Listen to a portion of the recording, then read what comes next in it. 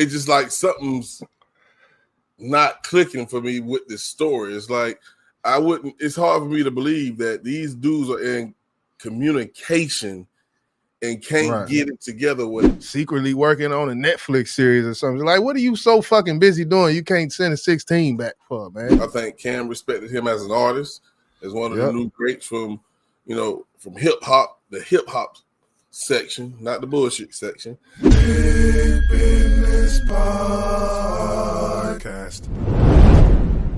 Okay, so Cameron and J. Cole. So Cameron has filed a lawsuit against J. Cole and Universal Music Group. And the reason why he filed the lawsuit is because he says that he is owed money because there was an agreement that happened between him and J. Cole.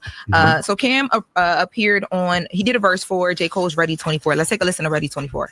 Short-term vision ain't gonna get you the long yachts. Bill used to cash my check at the pawn shop. Let's go. Homie thought he caught up a killer. I intercepted. So Cameron did that verse for the song, and in exchange for that, Cam had an agreement with J. Cole, and he claims that the agreement was he would have final approvals before anything was released, and that he would be properly credited for the composition and also the actual song recording.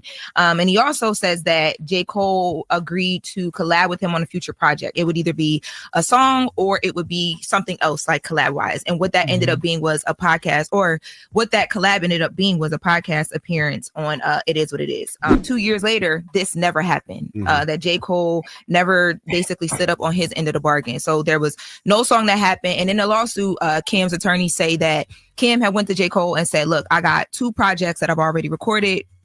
Listen to these and see if you want to hop on one of these. And J. Cole said, allegedly, J. Cole said, no, I'd rather us do a song if we're going to do one that both of us come up with together. So then he came back to him. That's understandable. I'm ready. Cameron wants a composition credit. Heatmakers made that beat. I didn't get that. For 2, did Cameron have input on what, like, did they choose that together? Is that why he's doing it? Did they choose the I'm Ready beat together? Or was that something J. Cole just sit like, man, my homie made a beat over that beat. Get on this. Like, I thought that was a beat that J. Cole made, being it was on his album. I didn't know Hitmakers made that. Well, Heatmakers made the original beat they sampled. Because they sampled the I'm Ready from Cameron. Okay. But Heatmakers made that beat. So that's kind of throwing me off. But well, I'm pretty sure, and it's kind of awkward to even say this at this point, especially when we're talking about what's going on, that he ran this past Hitmakers. You know what I'm saying? Like, you would think. But then again, now you're hearing Cam saying, okay, we got an issue with my part of this song. I don't know if he handled his business with them, but just didn't handle with Hitmakers. But this is weird. Like, you come up with an agreement, and I don't think this was even signed on paper, to be honest with you. It could have been just 2 brothers talking, song for song, verse for verse. Or if you don't want to do a song, be on one of my podcast shows. He don't want to do no part. Well, he ain't said in those words, but we'll hear later on. But he did tell him, let's come up with a song together, man. So Cam is saying that, he's owed $500,000 because all this stuff was done wrong, and that he also wants the credits to be credited properly because the credits are not credited properly at the time for how he contributed to the song. And for background, their relationship started when Cam hopped on 95 South, which was the intro for the album Off Season. We have 95 South too, and that was back in May of 2021, and that's when all of this kind of like took place. We can listen to 95 South too. Killer, it's the off season. Let's keep it tall. Y'all ain't going off my man. And don't check your watch. You know the time. Cold World. Killer Cam would reach out. They would tell him he was unavailable. Yeah, that sounds like team talk. Like, that's why it's important for the artists to talk directly to each other. Because I bet you if the artist was talking directly to each other, it wouldn't have got to this lawsuit. Which seems crazy because Cole is so hands-on with everything. Yeah. Like Cole he's usually the one that talks to the artists. He's usually the one that talks to the DJs. Like, Cole wants to know the information. That's why this is strange. And I think this is something that I think me and you both kind of maybe understand, or we may think we understand about Cole. That he's a stand-up guy. He's business-oriented. So do you think there's miscommunication Or I'm just be blunt. You think Cam just ghosting this dude, man? Oh, you mean Cole ghosted? Yeah, excuse me. I'm sorry. Cole, not Cam. Yeah. I do think it has to be almost a miscommunication at some point. But that's a one-way road almost, because you can reach out all you want, but if it ain't reached back, that phone work both ways. So if he states that I'm available multiple times, let's say Cam reached out to Cole, let's say 5 times. I'm just throwing that number out there. And each time Cole respond with, I'm unavailable at that time. Now, it makes me wonder if this shit is done by text message or phone call, but I would think it's through text message, because if I call you, like if Cam call him like, hey, what's up, bro? I mean, when we gonna knock this song out, or when we gonna do this podcast interview, and Cole says, I'm unavailable at that time. That's not how the conversation is gonna go. You feel me? I feel like he would give him a little bit more explanation of like, all right, listen, this is my schedule. This is when I'm free. So you don't keep hitting me up and I have to keep telling you I'm busy. You feel me? So put me on the schedule. That's what you get what I'm saying? Yeah, maybe, a lot of this is hypothetical. My thing, I think, you reach out 5 times, you shouldn't have to chase anybody down for something they agreed to. True. Like, I shouldn't have to call you 5 times for this. Like, at what point is the onus on Cole to do what he said he's gonna do? Come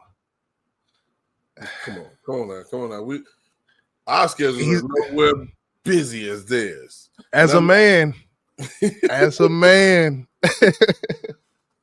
get it. But we know these guys have so much going on in their careers. And I'm not saying he shouldn't hold up to his end of the bargain, because you damn sure should, Cole. Hey, you light skin like me, bro. That's one thing I stand on. I'm going to be on time and I'm going to hold my end of the bargain up. It's just like something's not clicking for me with this story. It's like it's hard for me to believe that these dudes are in communication and can't get it together where they can come up with a date or a week. Block off this week. We're going to lock in, or how many? It only take you a week to do no fucking song. 2 days. And let's knock this fucking song out, bro. It almost make me think that Cole is doing something, another endeavor that has nothing to do with music. Because what the fuck are you so busy doing? We ain't seen shit. What are you you that busy recording your own music? He got a truck, he got a fleet of 18-wheelers, or what do Cole do besides music?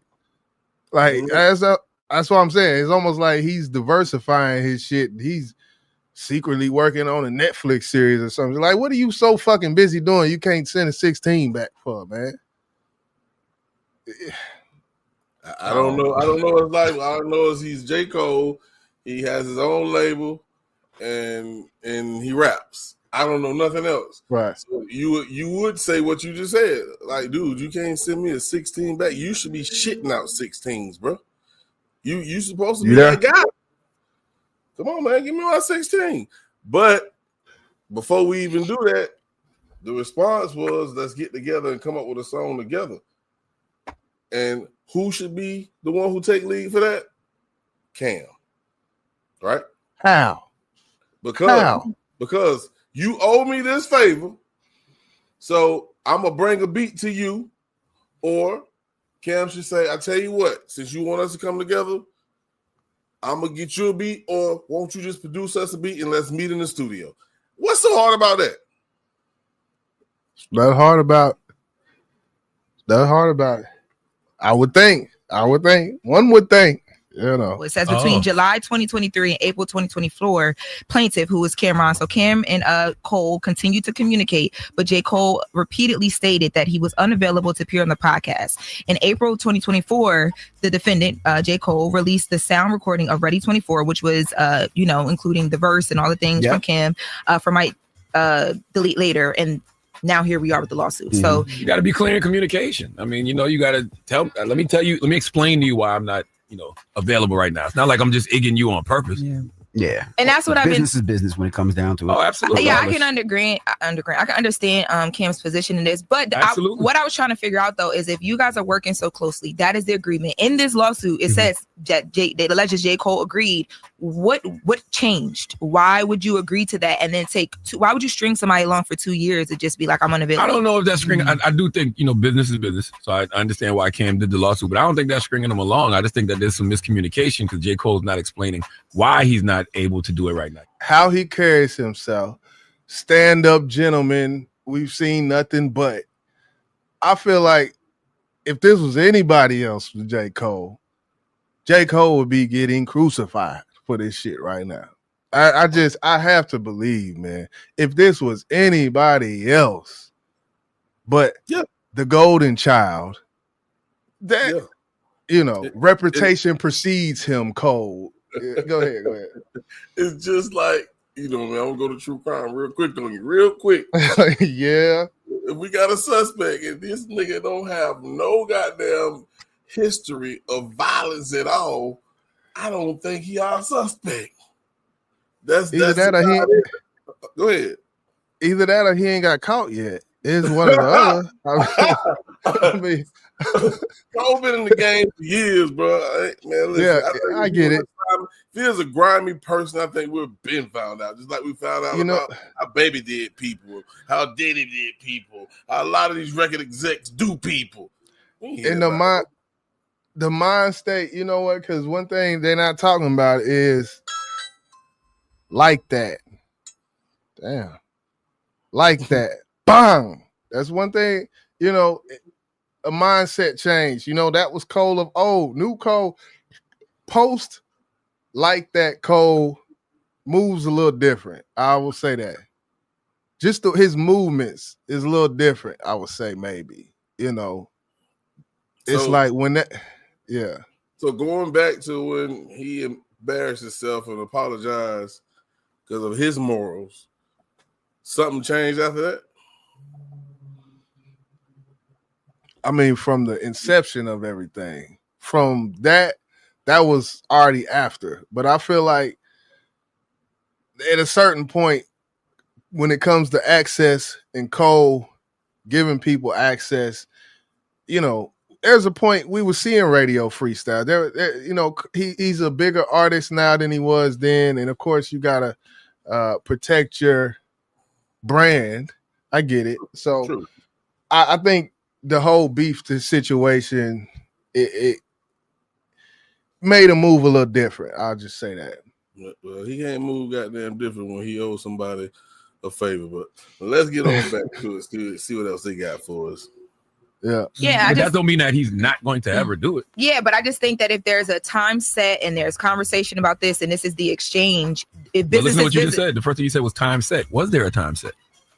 And I wonder if this was in writing too, or if it was a handshake. Like, yo, I'm gonna jump on yours. You jump on mine. Pause. According to the documents that were filed by Cameron's team, they said what he said was he agreed. They agreed. J. Cole and Cameron that before this song came out, he wanted to make sure that they got their even exchange, which was going to make sure that Cam was properly credited. J. Cole would agree, and they would set the terms around whatever the collaboration would be, and all the things that he was asking for. So that seems like they had somewhat of a timeline. That almost sound like, from what she said, it sounded like Cole shouldn't have released it in 2024. If they hadn't set up the other shit. From what she said, if I'm taking her at face value, then that would almost mean, Cole should have held the song. Yeah, and I don't understand why he wouldn't, or maybe like we said, or like they said as well, this is something they talked about. This wasn't even in a written contract. So Right. it's something that probably could have easily, and I'm not coming up with no excuses for Cole, but something could have easily slipped his mind. And I don't know how long it was when they did the song to the point where they actually put it out. That could play a part in it as well. They could have did this song back in 2022 or 2023. When did this song come out? I think it was 2022 when they did the song. Is released in 2024. Right. Okay. So that's 2 years, bro.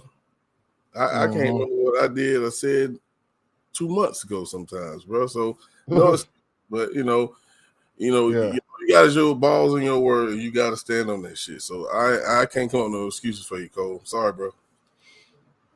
Yeah, shit. Yeah, I know that we say things, forget things, and all of that. But once you get to a certain level, even if that's your homeboy, I feel like at a certain level you gotta, if that's the agreement, okay, let's sign this agreement so that you're bound to this agreement within this set of time. It made me feel like some fuck shit when you're doing it, but this would have been avoided from that. You talk about men and women and what's that clause? The shit when you get married. Prenup. Prenup. Yeah. It's some fuck shit. Kind of thinking about it or talking about it. Females feel like it's some fuck shit talking about it or bringing it up before the fact. Because it's almost like, that means, damn, we're not really locked in like that. So, maybe that's why people don't do it. But at a certain level, I feel like you got to do it, man. You got to. And you got to realize the first time they got together was on his other album. I can't remember what was the name of the album he did. Off Season. I believe that was the first time these guys actually connected. So I don't think they got no friendship like that. I think they cool with each other. But when we talk about friendship now, I don't think it's that. So, I think when you do agree on something, the best way to explain it so it don't feel awkward is, man, let me protect you and me just in case something happened where I couldn't withstand the agreement or you couldn't. Let's protect each other. And I think whoever can't understand that, then you might be on some fuck shit your goddamn self. And even going back to the off season, just listening to what Camp, with that intro, hey man, this is my motherfucking nigga. This is, just basically talking shit for J. Cole. Who do you think initiated for that to happen? Cole. So, I think he reached out to it. OG in the game, somebody he probably respected in the music. Got him on the track, and I think Cam respected him as an artist, as one of the new greats from hip hop, the hip hop section, not the bullshit section. He was like, I would definitely step this dude because he's solid like that. So he represents what needs to happen in hip hop. Yes, I'll do it. So from that being its inception, man, come on, Cole. Yeah, you got to take this L. I wish I just hit the L on my keyboard, and I wish it just some sound effect came through with balloons and shit, but it didn't happen. But it is what it is. I may be biased a little bit because I fuck with Cole. I feel like he's one of the greats in hip hop, and I pray that they can resolve this without going to court. But I feel like being that it got to this point, I think this was the last ditch effort for Cam to get some act right from Cole. So, yeah, I agree.